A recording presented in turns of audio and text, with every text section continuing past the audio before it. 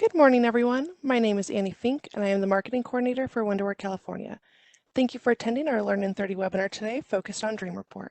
After the webinar this morning, we will be doing a short Q&A. Please type any questions or comments into the Q&A box, the chat box, or you can email us at webinar@california.windoware.com. Now I'd like to introduce your presenter for today's webinar, Rob Marcotta. Rob is an automation industry expert and has been with Windoware has been a Windoware California product specialist for a year now. Good morning, Rob. Good morning, Annie. Good morning, everyone that's attending. Thank you for joining. Let's get started. So today we're going to be learning about Dream Report. Dream Report is designed to be easy for anyone to create a report. It connects to over 70 different drivers, including Wonderware, Siemens, Allen Bradley, as well as SQL tables and CSV files. It does not require any scripting or programming and can easily create PDFs, Excel documents, and databases for future use. Furthermore, users can automatically generate reports or send reports via email or specific event generations. Creating a report only takes 4 steps for data source, and then we design and configure it inside of the Dream Report Studio. Next, we generate the report through user-specified command or through an event trigger. And finally, the report is published in your desired form factor in a PDF, Excel document, CSV file, HTML, email, or print, and it also goes to mobile. Dream Report also has a browser which allows the user to create dynamic reports on the spot. The user will have the option of clicking on objects in the report to gain additional information about the data while looking at the report. So in this slide here, a user is clicking on a data icon and a chart opens up, and you can get additional information about that data source. So today we're going to be going over creating a simple report. This is the report that we will be creating. In the top left corner is the name of the report. In the top right is an image of Windoware, California. On the left-hand side, we have a draw table with 2 data objects that are simulated from our connected driver. On the right-hand side, we have a chart, and then on the bottom, we have 3 independent tables. On the left-hand side, we have a raw data table that collects all the data, retrieves all the data for motor 1 and temperature 1. In the middle, we have a table that only retrieves and displays values for where the motor is equal to 1 and the temperature is greater than 80. And on the right-hand side, we have a table that only collects data or retrieves data for a specific time period. So let's go ahead and get started.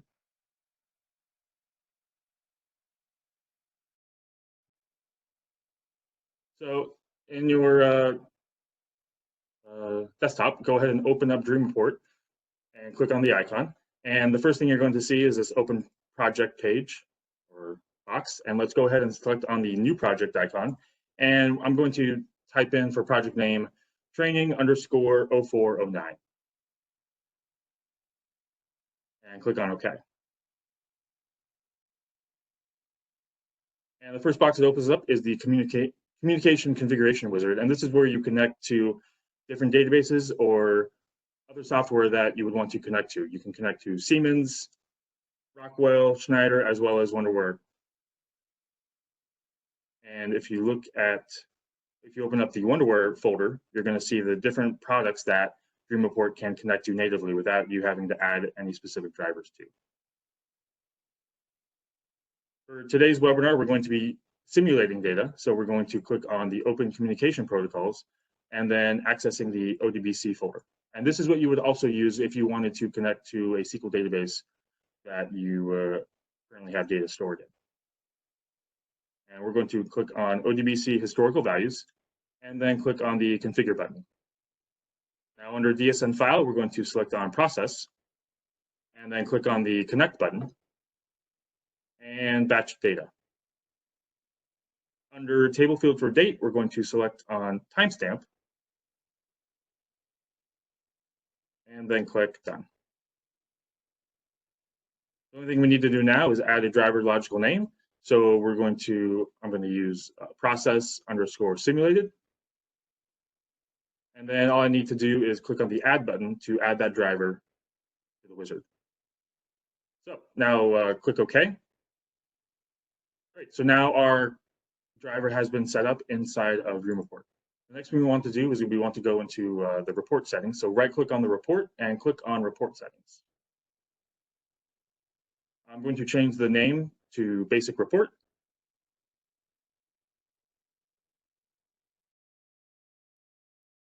And then also click on report file format. Now, when I generate the report, I'd like to have the PDF generate automatically. So I'm going to check on this PDF box. And you can also see that there's a checkbox for email. And if you'd like to send this report to email for a specified user, you can check on the email box and then click on settings to set that up. But for today's exercise, we're not going to do that. So we can just cancel out of that.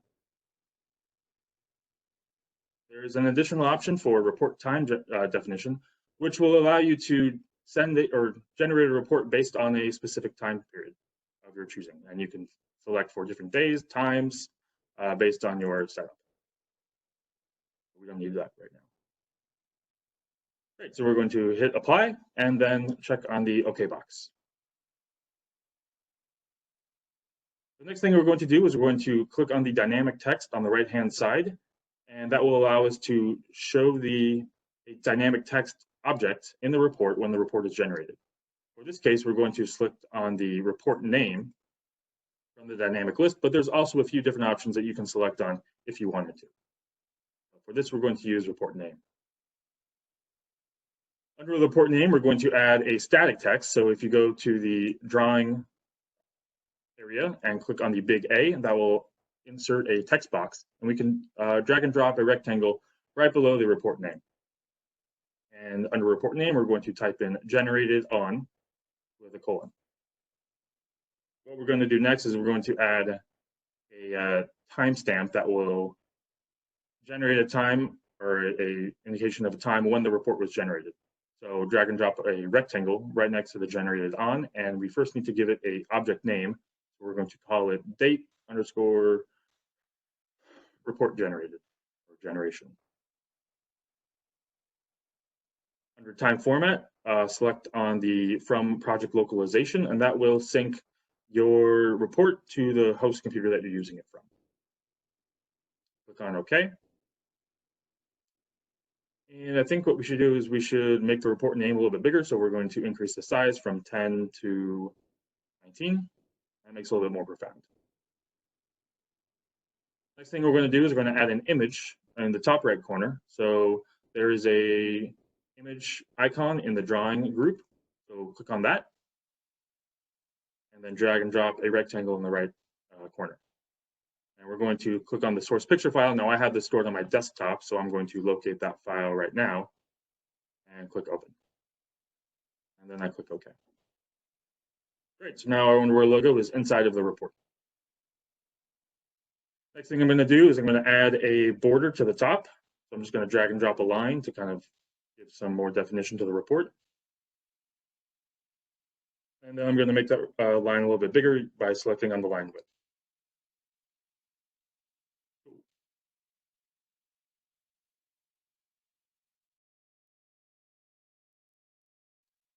The next thing I'm going to do is I'm going to insert a picture into the background. So I'm going to right click on the report and click on background. And then the background configuration box opens up and I select on set background picture. Now these images are already included with Dream Report. So I'm going to navigate to the C drive, ODS, Dream Report, and then clip art. And I'm going to click on the folder report backgrounds. Now I've already predetermined what image I'm going to use, and it's from image 19. And I select open. And then click on OK. Great. So now I have a pretty basic report set up.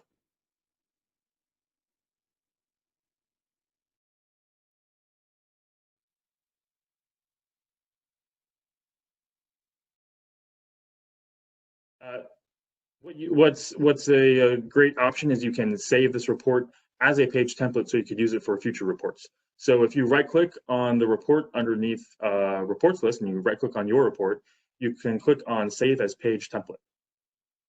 And then give it a name. I'm going to call it, what's the name? Webinar Template. Click on Save. Now, if I wanted to create a new report, I would right-click on Reports List and click on New Report. Exit. Okay. And then if I right-click on that report, I can apply that page template that we just created. And click Open. So the great thing that you can do here is you can create the report once, and then if you want to create standards for your company, you can do that with any report that you want. But we're not going to use this report right now, but it's just something great that you can create. So you will just delete this for the moment.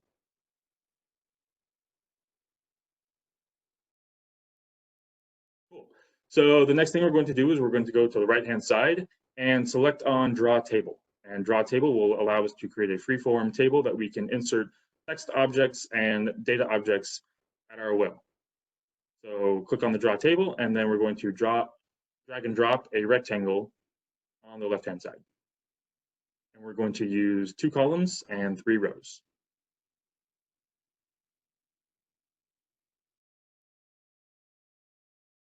The top column on the top right will be a static text. We're going to call it temp1. And on the left-hand side, we're going to use max for max temperature. And below that is going to be average for average temperature. The box below temp1, we're going to insert a single data object. So right-click on the box and click on single data. For an object name, it's up to you, but I'm going to use SDO underscore T1 underscore max.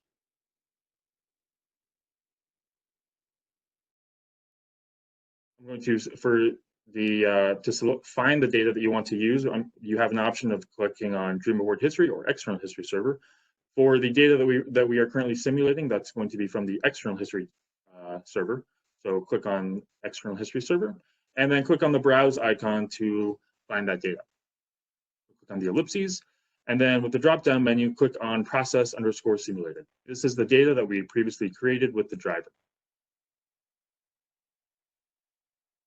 I'm going to look for temp1 and click on OK. Now, what we're going to be using is a statistical function of the temperature value of the maximum. Now, the great thing about Dream Report is you have a wide range of different statistical functions that you can use at your disposal. And if we expand all of the options, you can see the really large list of Dream Report options that you can use. Some of the ones that I've used in the past has been the counter on, counter off, which has been useful for counting how many times a motor turns on or off. But for right now, we're going to use maximum. And click on OK. For the defined time period we're going to use a fixed period. And we're going to look at from the last 1 week. And click on OK. Great. Now we're going to do the same thing for the average. We're going to right-click on the draw table and click on single data object. And under object name, we're going to use SDO underscore T1 underscore average, ABG. We're going to use the same data, so batch data temp1, and under the statistical function, average. And click on OK. Same time period, and click on OK. Great, so now our simple draw table has been created. The next thing we're going to do is we're going to add an item table. Now, an item table will retrieve data whenever data was stored in your data source. And so drag and drop a rectangle below the draw table. And that will open up the item table configuration. Click on the edit list to define the data that we're going to be retrieving. Kind of similar for the single data object, we're going to select the data source and click on Process Simulated. And then we're going to be adding motor 1 and temp 1. And click on OK.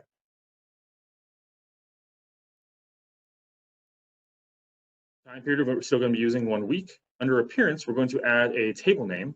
We're going to call it raw data, motor 1, and temp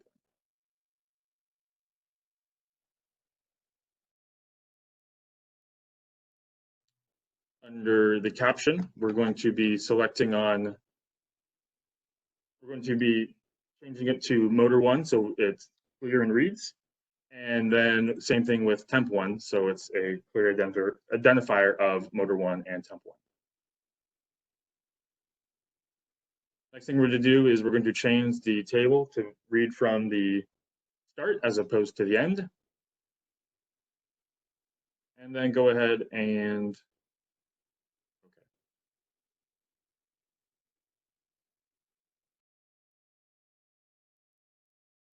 And then we can readjust the table.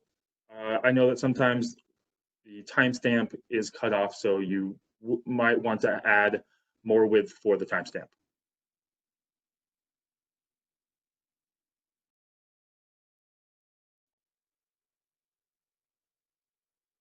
So the next thing we're going to do is we're going to copy this item table and then add a filter to it with the new table. So right click on the table and click on copy.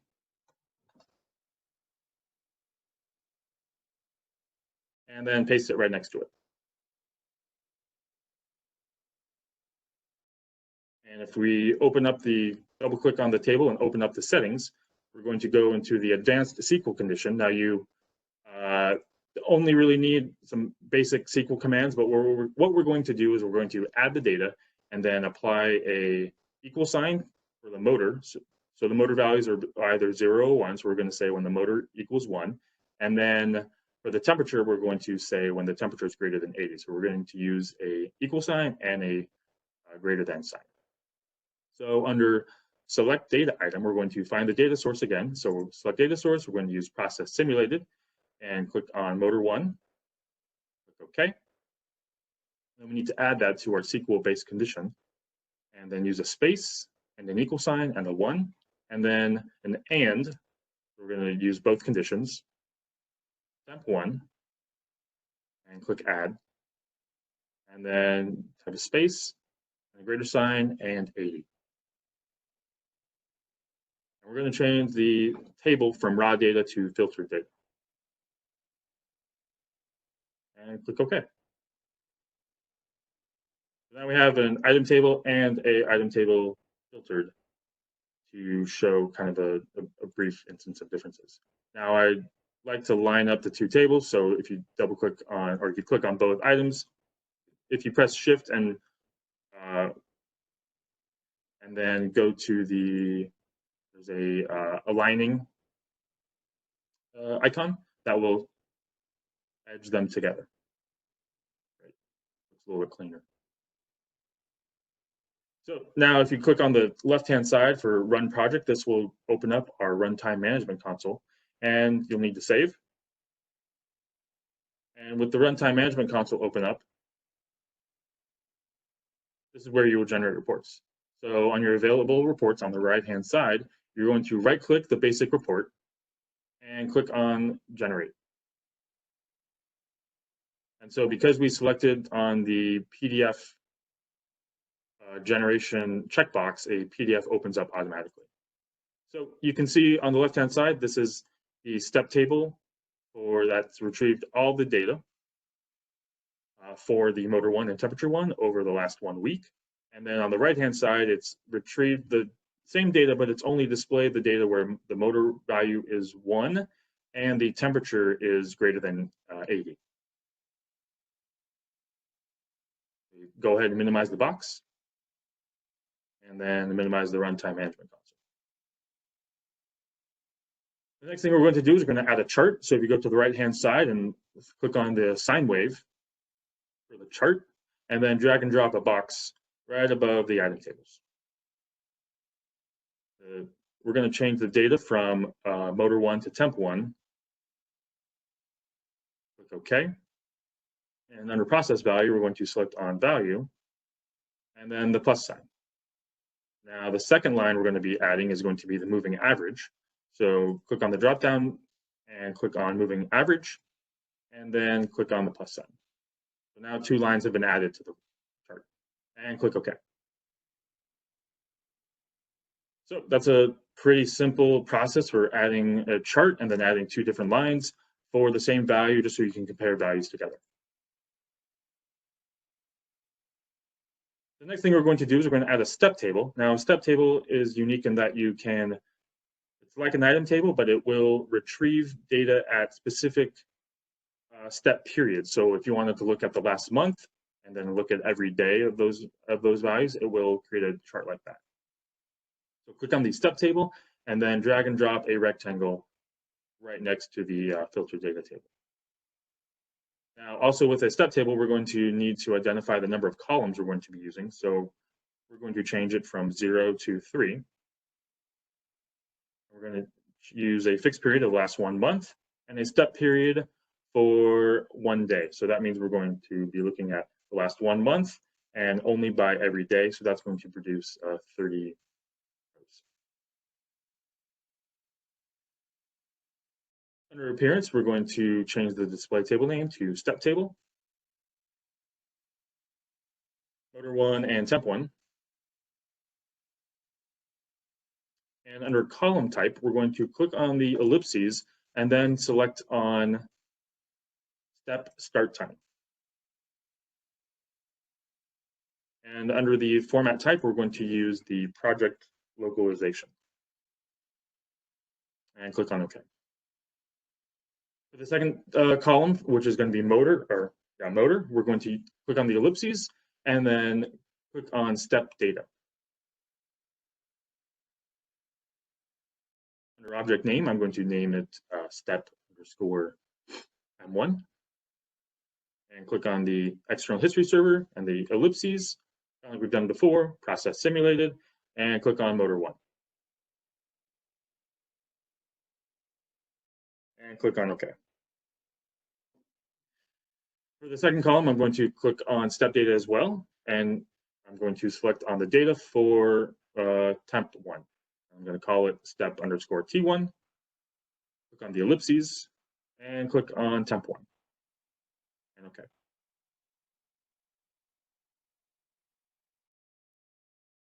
I'm also going to list the rows from start, so it's identical to the item table. And I'm also going to add a footer. Now, a footer is advantageous because you can add compound data for your specific columns. So what we're going to do is we're going to make a footer for our temperature data, and I'm going to create a compound of the column and only show the maximum value of the temperature at the bottom of the table. So click on the footer and then click on the plus sign, and under column 1, I'm going to insert a text for max value. Click OK. And under column 3, which is where our temperature is, we're going to create a compound data. So click on the ellipses and then click on compound data. Provide an object name. So I'm going to call it something that's pretty easy, reasonable.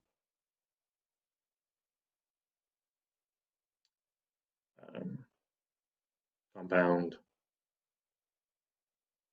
T1. Next. And under the available data items, I'm going to select on step T1, which is the step table column. And I'm going to add that. And then under the select function, I'm going to have maximum, which is already there. Click OK.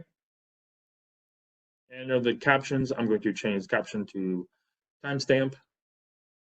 And then also motor 1 and temp 1. Great. So click OK and readjust it to make it a little bit easier to read. Now, if I want to run the report, I don't need to click on the run project. I just need to click on the reload reports, and that will prompt you to, if you would like to save the report. I'm going to click on yes.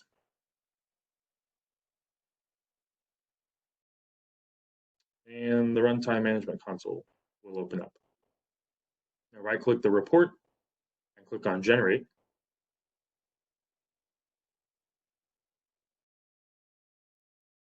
And so now you can see that the item tables are still there, and now the new step table has just been added with the max value of 99 at the bottom. Let's go ahead and minimize that. Minimize that. And we can readjust the width so the timestamp has a little bit more room.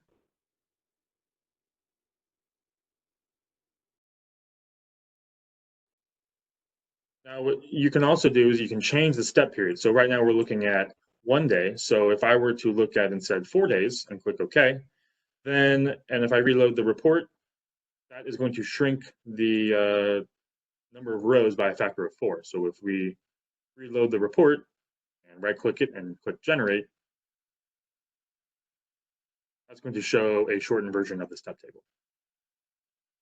Now, the max value is only going to represent the max value of the data that was retrieved. So if we did 10 days or 14 days and our temp 1 on 329 of 99 wasn't in there, then we would show a different max value of 95 or 90. It's based on the step period that you're using.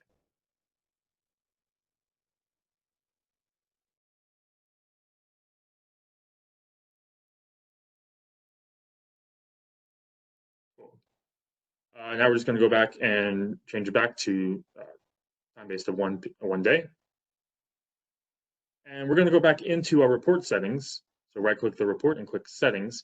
And we're going to go into our report file format and click on Excel to add our step table to an Excel document. And what will happen is an Excel document will open up when we generate a report.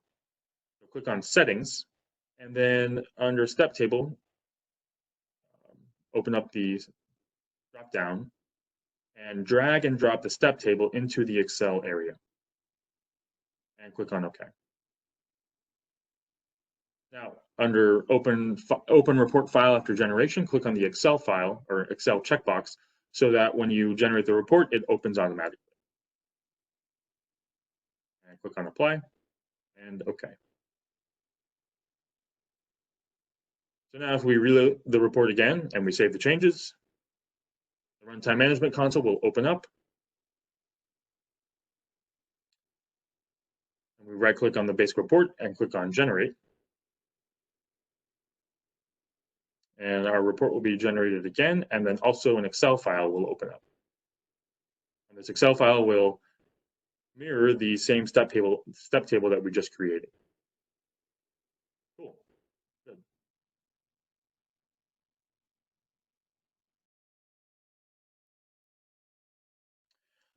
The last thing we're going to do today was going to create the web portal. So if you go to the Runtime Management Console and click on the drop-down menu for Project Access and click on the Configure IIS, that will open up the Configure IIS option.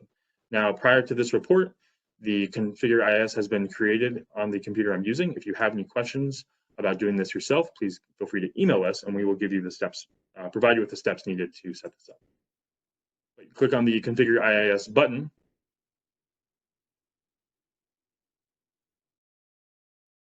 And it's some magic, and the IIS configuration has been created. Now, under that same project access, click on Open Web Portal. Now, this is an online web portal of your reports. So the advantage of what you can do is you can create reports on the spot without having to go back into the report editor. So if you want to give 10 different people access to this, they don't need to go into the configurator or the Dream Report editor to edit or create new reports themselves. They can just go into this web portal and create it from here. So what you have here is on the left-hand side, you have a report name, you have the report formats, PDF and Excel that we've created right now. And then on the right-hand side, there's a new report. So you can create the same report that we've created. And you can see that now, exactly as we've previously created. If you go on the left-hand side and click on the Dream Report logo, and if you wanted to create a new report based on your own time definition, you click on the New Dynamic Report, and then under the type of generation, we're going to click on the drop-down menu and click on Fixed, kind of what we've been doing for this entire webinar. And instead of last hours, we're going to look at the last 5 days, and then click on Generate. So now this new report is based off of this new timestamp that we just, or time range that we just defined. So we're looking at the last 5 days, and so you can see that the graph starts at the 3rd, as well as the step table and the item tables, they all start at the 3rd to indicate for the last 5 days.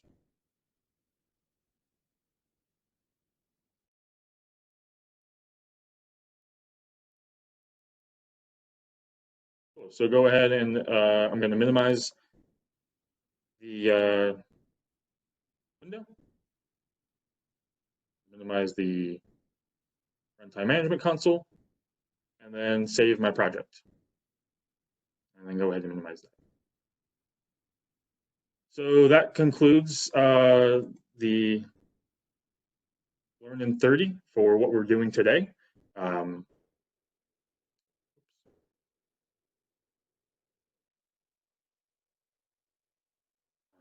Annie, are you there? Yes, I am. And we did have a few questions come in. Our first one is, we have several databases. Can we create a single report that combines data from multiple databases? Yes, it is possible to retrieve data from multiple databases for the same project. Okay, perfect. And then we did have another one as well. We use Historian Server on the business network and Aviva Insight in the cloud. Can we generate reports with data from both sources? Yeah, you are able to connect to both Business Network and Aviva Insight to generate a report based on both points of contact. Okay, perfect. And then our last one for now, are there report templates I can use? So when you open Dream Report for the first time, there is a demo project that has numerous reports from different industries. And then kind of like I showed through this webinar today, you can create your own page templates, which are for static and a few dynamic text options. But you can also create report templates, which will save the data drivers that you've created to connect to specific databases, so you can apply those as report templates. Okay, perfect. Thank you, Rob, and thank you to everyone who attended. If anyone would like to review any portion of this webinar, a recording will be available on YouTube and our website, california.wonderware.com, later this afternoon, and you'll be receiving a copy of it via email. Thank you again for attending, and have a great day.